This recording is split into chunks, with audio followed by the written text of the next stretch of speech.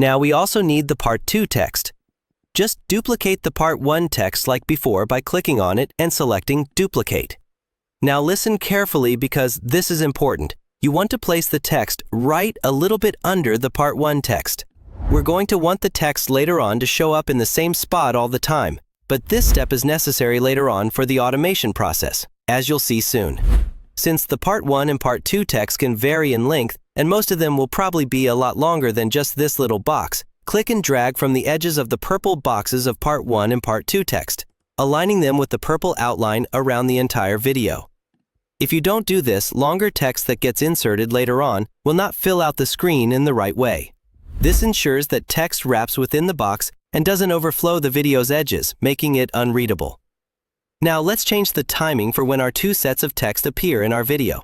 We don't want both Part 1 and Part 2 to display at the same time.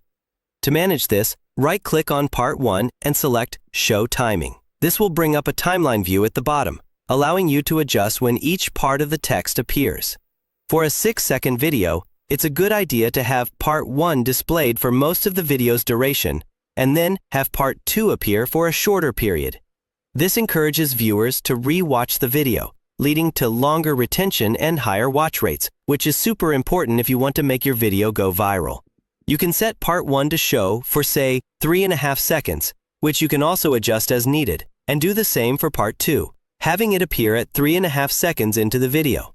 Hey, if you're finding this helpful so far, it would really mean a lot if you could subscribe to the channel. It genuinely helps me create more content like this for you guys.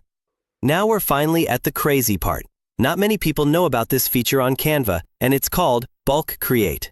It's time to link our text with the data we'll be using this tool for. Still editing shorts manually? You're wasting time. VIDFLOOD turns one long video into dozens of shorts automatically. Search Google,